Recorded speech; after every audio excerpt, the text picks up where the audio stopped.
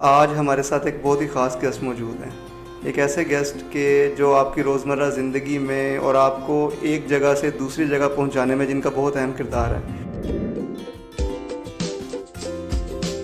بسم اللہ الرحمن الرحیم، السلام علیکم everyone, welcome back to another video of HMI Cs.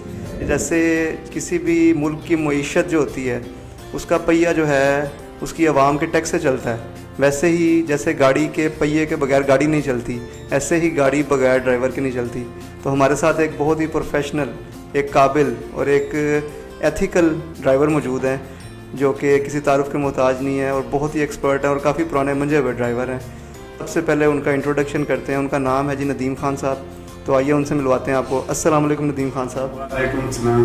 کیا حال چال ہے آپ کے؟ ٹھیک ٹھاک، شکریہ اللہ۔ تھوڑا سا اپنے بارے میں بتائیں کہ آپ نے اس پروفیشن کا آغاز کیسے کیا؟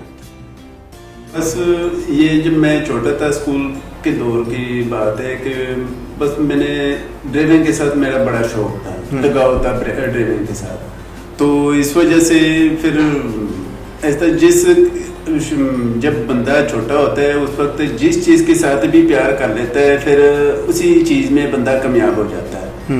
تو میرا ڈرائیونگ کے ساتھ شوق تھا، گاڑیوں کے ساتھ شوق تھا، تو مجھے اسی فیلڈ میں اس وجہ سے کچھ اپنا بچپن کا مزیدار قصہ سنائیں کہ کیسے یہ شوق آپ کا بڑا اور آپ اس فیلڈ میں ایز اے پروفیشنل۔ تو ایشو یہ رہتا ہے کہ ہمارے شروع سے اپنے گھر میں مطلب گاڑی تھی، تو والد صاحب بھی مطلب گاڑی چلاتا تھا، تو اس وجہ سے کیونکہ جب بڑے جو کام کرتے ہیں تو چھوٹے بھی پھر اسی فیلڈ میں آ جاتے ہیں۔ بالکل، بچہ وہی کرتا ہے جو اس کے اپنے ماں باپ کو کرتے ہوئے دیکھتا ہے، اس کی کاپی ہوتا ہے۔ تو اس کے بعد آپ اس فیلڈ میں پروفیشنلی آپ نے کس سن میں آغاز کیا اس فیلڈ میں آنے کا؟ اس فیلڈ میں تقریباً 1987 سے ابو کے ساتھ جاتا تھا، لیکن ابو مجھے اس فیلڈ میں نہیں آنے دیتے۔ تو انٹروڈکشن تو چلیں آپ کا ہو گیا، بیک گراؤنڈ تھوڑا سا جان لیا، اب آپ بتائیں کہ آپ کس علاقے سے بلونگ کرتے ہیں؟ میں دراصل KPK کا ہوں، ضلع ہمارا کراکے۔ ٹھیک، اچھا مجھے تھوڑا سا یہ بتائیں کہ آپ نے جب اس سفر کا آغاز کیا، اپنے پروفیشن کے طور پہ ڈرائیونگ کو ایز اے پروفیشن چنا، تو سب سے لانگیسٹ سفر جو اب تک آپ نے سب سے لمبا ترین سفر کیا کتنے کلومیٹر تک کا تھا اور کہاں سے کہاں تک کا تھا؟ میرا سب سے لمبا سفر جو تھا وہ لاہور سے رحیم خان کا تھا، جو میں نے مطلب بغیر اسٹے کی کیا تھا، وہ آنا جانا میں نے کیا کنٹینیوسلی لگاتار۔ بس رحیم خان نے زیادہ سے زیادہ گھنٹہ 1.5 گھنٹہ اسٹے کیا تھا، پھر واپس آئے۔ یہ میرا مطلب جو لمبا، اس وقت موٹر وے بھی نہیں بنے تھا تو GT روڈ سے آنا جانا کیا تھا۔ چلیں یہ تو بات ہوگی، اب یہ بتائیں کہ ہم نے سنا ہوا، آپ نے بھی کہاوت سنی ہوگی کہ گاڑی اپنی ٹائروں پہ چلتی ہے، تو گاڑی کے ٹائر سے ہی شروعات کرتے ہیں کہ گاڑی کے ٹائر میں کتنا پریشر ہونا چاہیے نارملی؟ یہ تو گاڑی پہ ڈپینڈ کرتا ہے، اصل میں ہر گاڑی کا اپنا ٹائر کا پریشر ہوتا ہے، مطلب پھر اس کے بعد لوڈ پہ بھی ڈپینڈ کرتا ہے۔ اگر آپ کے ڈگی میں سامان وزنی ہے، زیادہ ہے، تو پھر جو میکسیمم ہر ٹائر کا اپنا جو بک ملتا ہے نا، اسی میں لکھا ہوتا ہے کہ ٹائر کو اتنا پریشر آنا ہے۔ اچھا ویورز، یہ چیز آج میں نے پہلی دفعہ نوٹ کی ہے، ان سے منہ کے سنی ہے، مجھے اس چیز کا آئیڈیا نہیں تھا، ان کے منہ سے سنا ہے کہ گاڑی میں لوڈ کے حساب سے پریشر ڈلوانا چاہیے۔ ہمیں تو یہی نارملی سنا جاتا ہے، آپ بھی میری طرح نارملی اگر گاڑی یوزر ہیں تو آپ جاتے ہوں گے ہوا والے کو کہتے ہوں گے یار 30 میکسیمم 30 پریشر PSI ڈال دے۔ آپ اس کے بارے میں کیا کہتے ہیں ندیم بھائی؟ تو میں نے آپ سے پہلے بھی یہی بات کی کہ اگر آپ کے پاس میکسیمم، اگر آپ کی گاڑی میں مثلاً 3 بندے پیچھے 2 بندے آگے، پھر تو 30 کے حساب سے آپ پریشر رکھیں۔ اگر آپ کے ڈگی میں سامان ہلکا پھلکا ہے پھر بھی کوئی مسئلہ نہیں، اگر آپ کا ڈگی میں سامان وزن زیادہ ہے تو پھر آپ کا پریشر بھی بڑھانا چاہیے۔ ٹائروں سے ہی اپنی بات کو کنٹینیو کرتے ہیں، ٹائر کے بارے میں بتائیں مزید کہ ٹائر کا چینج انٹرول کیا ہونا چاہیے، کتنے عرصے بعد گاڑی کے ٹائر تبدیل کرنے چاہیے؟ ٹائر جو ہے نا، جو ٹائر کا ٹائم ہے میکسیمم ٹائم ہے وہ 50,000 کلومیٹر جو ہے نا وہ چلنی چاہیے۔ 50,000 کے بعد پھر آپ مطلب ٹائر چینج کرے تو بہتر ہے۔ 50,000 کلومیٹر کتنے عرصے میں، اگر سال میں گنا جائے تو کتنے سال میں انسان، ایوریج انسان سفر طے کر لیتا ہے؟ 2-3 سال میکسیمم یا زیادہ گزر جائیں گے؟ مطلب جس کی گاڑی، جو بندہ گاڑی چلاتا ہے اس پہ ڈپینڈ کرتا ہے کہ وہ مطلب لانگ پہ کتنا جاتا ہے۔ اصل میں شہر میں تو اتنا زیادہ کلومیٹر نہیں بنتا ہے. بالکل. جب لانگ پہ جاتا ہے, اسلام آباد جاتا ہے یا ملتان جاتا ہے یا مطلب باہر لاہور سے باہر آپ کا سفر زیادہ ہو تو تب کلومیٹر زیادہ. گاڑی کے ٹائر کے ساتھ ہی نیکسٹ بات کر لیتے ہیں, تھوڑا سا اوپر آئیں گاڑی کے اگر اگلے حصے کی طرف, تو اس میں سب سے مین امپورٹنس ہوتی ہے, گاڑی ہوتی ہے جی لانگ پہ ہیٹ اپ. ہیٹ اپ کو, گاڑی کو ٹھنڈا رکھنے کے لیے اس میں کولنٹ ڈالنا کس حد تک ضروری ہے, اور گاڑی میں کولنٹ ڈالنا چاہیے یا نہیں ڈالنا چاہیے؟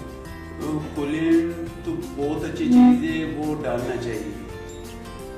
اس میں یہ ہوتا ہے کہ ریڈیٹر آپ کا جب تک ان کے ریڈیٹر میں کولنٹ ہوتا ہے تو آپ کے ریڈیٹر زنگ نہیں لگے گا, اور اس میں مطلب ریڈیٹر آپ کا بند نہیں ہوگا. جب کولنٹ اس میں ہوگا تو آپ کی گاڑی گرم نہیں ہوگی, کیونکہ وہ زنگ لگنے نہیں دیتا ہے, اور اس کی جالی جو ہے نا وہ بند نہیں ہوتی. اسی کے ساتھ نیکسٹ ایک امپورٹنٹ سوال میرے مائنڈ میں اور آیا, ویورز کے مائنڈ میں بھی ہوگا, کہ گاڑی میں ٹول کٹ کی کس حد تک امپورٹنس ہے, کیونکہ پہلے جو ہماری لوکل اسمبلی گاڑیاں آتی تھیں ان میں تو ٹول کٹ نام کی کوئی چیز ہی نہیں ہوتی تھی. ایون مجھے یاد ہے اچھی طرح ایک فنی واقعہ ہے کہ مہران ایک میں نے ماڈل پرچیز کیا تھا, شاید آپ کو بھی ندیم بھائی یاد ہو, اس میں سیٹ بیلٹ تک بھی نہیں آتی تھی. حالانکہ as a basic safety feature ہے کسی بھی پیسنجر کے لیے سیٹ بیلٹ, اس میں سیٹ بیلٹ بھی خود لگوانی پڑتی تھی. تو ٹول کٹ کس حد تک امپورٹنٹ ہے کسی بھی گاڑی کے اندر؟ ٹول کٹ جو ہے نا وہ سیٹ بیلٹ سے بھی زیادہ امپورٹنٹ ہے. اچھا. کیونکہ ایسے جگہ پہ آپ کی گاڑی میں کوئی چھوٹے موٹا مسئلہ آ جائے کہ وہ آپ کے ٹول کٹ کے علاوہ آپ, کیونکہ ہاتھ سے تو آپ کوئی چیز نہ کھول سکتے ہیں نہ ٹائٹ کر سکتے ہیں, تو ظاہری بات ہے ٹول کٹ کے مدد سے آپ وہ کریں گے. ادھر آپ نہ مکینک ہوگا نزدیک, بالکل ہنگامی حالت کوئی ہو جائے, ایمرجنسی کہیں پہ آپ کو گاڑی رک جائے تو آپ کو ٹول کٹ کے بغیر تو کچھ نہیں کر سکتے. ٹول کٹ کی مدد سے آپ کہیں اپنے منزل تک پہنچ سکتے ہیں. ٹول کٹ کے بعد ایک اور چیز آج کل جو آپ نے جاپانی گاڑیوں میں ناظرین نوٹ کی ہوگی, جاپانی گاڑیاں جتنی بھی آج کل ہم امپورٹ کر رہے ہیں, اس میں ایک چیز نئی مشین ایڈ ہوتی ہے جسے کہتے ہیں ٹائر ایئر پریشر مشین. آپ نے کبھی وہ یوز کی ہے؟ جی وہ تو ٹول کٹ سے بھی زیادہ امپورٹنٹ ہے. جس طرح ٹول کٹ امپورٹنٹ ہے نا, اسی حساب سے اتنا امپورٹنٹ وہ مشین بھی ہے. کیونکہ ایسے جگہ پہ آپ کا ٹائر پنچر ہو جائے, آج کل تو تقریباً سارے ٹیوب لیس ٹائر ہیں, وہ بالکل ہوا ختم ہو جائے, اس کی مدد سے آپ ٹائر کو ہوا دے سکتے ہیں, تو آپ کو اپنی جگہ پہ جدھر پنچر والا ہوتا ہے وہاں تک پہنچ سکتا ہے. اچھا, تھوڑا سا اپنا جو ہے نا ایک دوسری طرف لے کے جاتے ہیں انٹرویو کا جو ہے اس کا ڈائریکشن. آپ مجھے یہ بتائیں, میں نے بھی نوٹ کیا ہے, شاید آپ نے اس چیز کو نوٹ کیا ہے کہ نہیں, میں ملک سے باہر بھی گیا ہوں, دبئی, سعودی عرب اور دوسری میں نے کنٹریز بھی وزٹ کی ہیں, مختلف شہر بھی وزٹ کیے ہیں, کیونکہ ہر انسان کی زندگی میں کبھی سفر کرنے کا موقع ملتا ہے. تو میں نے یہ ایک بات نوٹ کی ہے کہ اس ڈرائیور کے پروفیشن میں, ڈرائیوری کے جو موسٹلی ڈرائیور ہیں, اچھے جو منجے ہوئے ڈرائیور ہیں, جن کو صحیح گاڑی چلانی ہوتی ہے, وہ پٹھان ہیں. آپ بھی ماشاء اللہ ایک پٹھان قوم سے, پٹھان قبیلے سے تعلق رکھتے ہیں. آپ اس بارے میں کیا کہتے ہیں؟ آپ نے یہ چیز نوٹ کی ہے کہ صرف یہ میرا وہم ہے؟ نہیں, بالکل آپ نے صحیح نوٹ کیا ہے. اصل میں پٹھان جو ہے وہ محنتی بہت زیادہ ہوتے ہیں, اور جدھر بھی کام کرتے ہیں وہ ایسے کام کرتے ہیں جیسے اپنا ذاتی کام. مطلب کسی کے گھر میں ڈرائیور ہو تو وہ ان کے بچے, ان کے مطلب جن کے ساتھ کام کرتا ہے وہ اپنے بچوں سے بھی زیادہ پیار کرتے ہیں ان سے, اور خیال بھی رکھتے ہیں کہ مطلب کوئی غلط جگہ پہ ان کو لے کے جاتے ہیں تو وہ نہیں لے کے جاتے. تو اس وجہ سے پٹھانوں پہ لوگ اعتبار بھی کرتے ہیں. اور اصل میں پٹھانوں میں ایشو یہ ہے کہ وہ شروع سے پڑھنے میں اتنا شوق نہیں رکھتے, لیکن محنت کش ہیں, یعنی کہ بہت سے محنت والے کام جتنے بھی زیادہ ہیں وہ پٹھان ہی کرتے ہیں. کام جو ہے نا وہ زیادہ شوق سے. اچھا, اسی سے کنٹینیو کرتے ہیں. ہمارا اگلا سوال آپ کی طرف یہ ہے, ہمارے ناظرین کا بھی ہوگا, کہ آپ نے ہر ایک کو انٹرسٹ ہوگا اس چیز میں, آپ نے آج تک کون کون سی گاڑی چلائی ہے, ہمیں بتائیں ذرا اس بارے میں. کون کون سی گاڑی ڈرائیو کی ہے آپ نے؟ میں نے چھوٹی گاڑی تو تقریباً ساری چلائی ہے. بی ایم بھی چلائی ہے, اور پراڈو, لینڈ کروزر, اور اوڈی,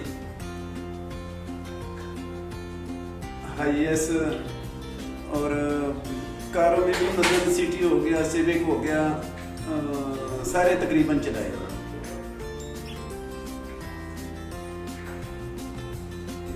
اچھا, یہیں سے کنٹینیو کرتے ہیں. آپ یہ بتائیں کہ گاڑی تو آپ نے ماشاءاللہ ساری چلا لی, آپ کی نظر میں سب سے بیسٹ فیول ایفیشینٹ گاڑی آپ کو کون سی نظر آئی, جس کی واقعی ایفیشنسی بہت اچھی تھی؟